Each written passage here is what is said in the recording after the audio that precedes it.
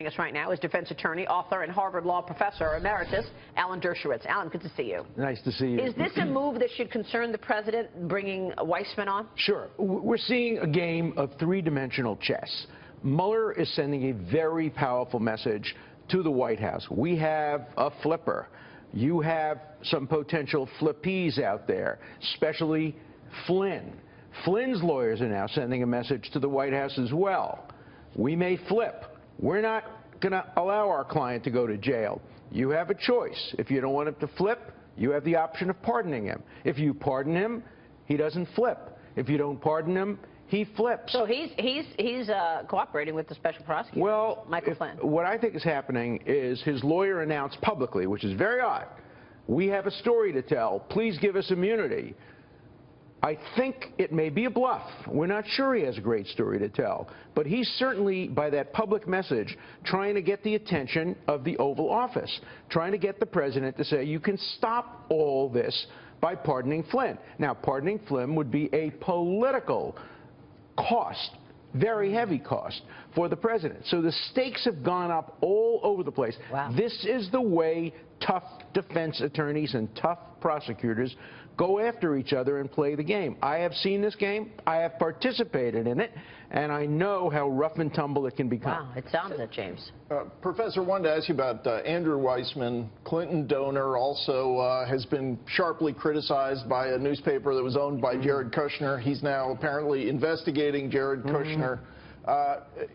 And this is, in terms of political donors, this is a pattern so far in the Mueller team. He's hiring a number of people who've donated to Democrats. Is it that hard to find good lawyers who are not political activists? Well, lawyers are like everybody else. I contribute. I contributed to Hillary Clinton's campaign, too. I wouldn't have let it affect my judgment. I've defended Republicans and Democrats alike. How do you do that, though? You gave them money. I mean, how do you not make sure that it doesn't affect your judgment? Well, look at me now. I gave money to Clinton, and I'm now making arguments that help the man I voted against because I believe in principle. Now, Weissman is a very tough prosecutor. If I were the president, I'd be more worried about his experience and his record of being a very tough prosecutor than a few bucks being contributed to the Democrats. Having said that, I think they probably should have looked for people who didn't make political contributions, much the way the president disqualified probably one of the most qualified persons to be head of the FBI, and that is Senator Lieberman, because he had been a politician. The president wanted to make sure that whoever it was outside of politics. So I think the Caesar's wife principle, that if you're going to engage in a political prosecution, and this is a political prosecution, you better not give the other side the opportunity to make arguments that it's been politicized. What do you think about all of this focus on this Russia meddling probe? I understand the Russia meddling probe, but to attach Trump to it, when we know that there's absolutely no evidence whatsoever of collusion, and still going on about this, I mean, how much does this cost taxpayers? A fortune. And 100 million and there's or more nothing, than that? I don't know, but there's nothing criminal about it. This ought to be investigated by an independent commission looking into the relationship between Russia and political elections on both sides moving forward. Then there ought to be a congressional investigation to see maybe we need to change the law to prevent the president from firing the director of the FBI. The one place this should not be is in front of a grand jury. There is nothing criminal here, and the grand jury is secret behind closed doors. It's costing us a fortune. We're learning nothing. Nothing will come of it. I know. This idea that you can turn a constitutionally protected act of firing the director into a crime because it had a corrupt motive. You should read my emails. I'm accused every day of having a corrupt motive. Why am I on Fox talking about Donald Trump? Is he paying me? Am I auditioning to become his lawyer? Do I want to be a judge? Am I expecting a favor? My motives are being questioned all over the place. Incredible. Politicians question each other's motives. The idea of corrupt motive being the criteria distinguishing a constitutionally protected act from a felony is so dangerous to civil liberties that every civil libertarian ought to be appalled at this. Is there going to be any accountability for the Dems obstructing the agenda that America voted for last year? Well, the Republicans did the very same thing to Bill Clinton when they impeached him and what they try to do to Barack Obama. Look, a pox on both their houses. Right, and the accountability happened because they got voted out of office, right? That's what happened. So will the Dems lose seats as a result of this in 2018? We'll see today in Georgia. Yeah. We'll see in other places. We don't know. Yeah, go ahead, Tony. This is a referendum, perhaps. Well, back on the Mike Flynn thing for a second, because that's the most real element I've seen so far of any legal jeopardy.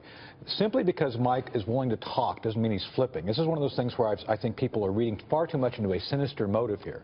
You and I both know, Alan, that you go in front of Congress, you go in front of these groups, anything you say can eventually be turned against you in some form. Right. So he's looking for immunity.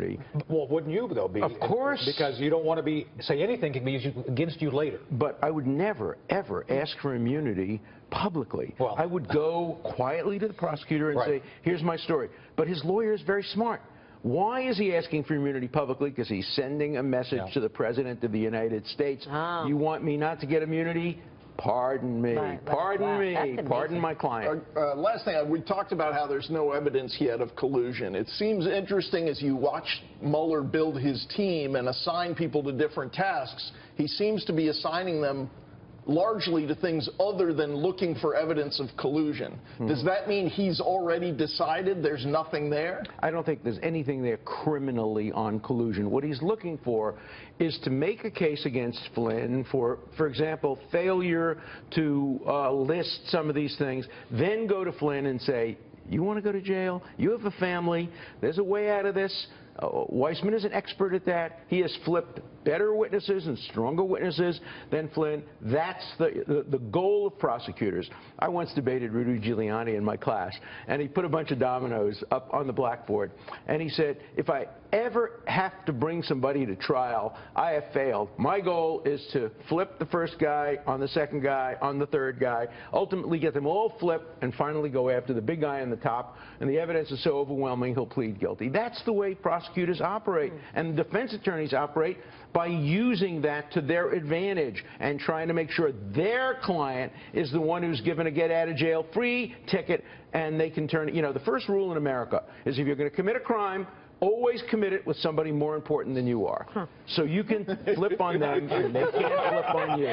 That's my advice to all potential criminals out there. Don't commit crimes, but if you're going to do it with someone more important. Wow. Alan, great insights as always from you. Thanks so much. Sure. Alan Dershowitz there.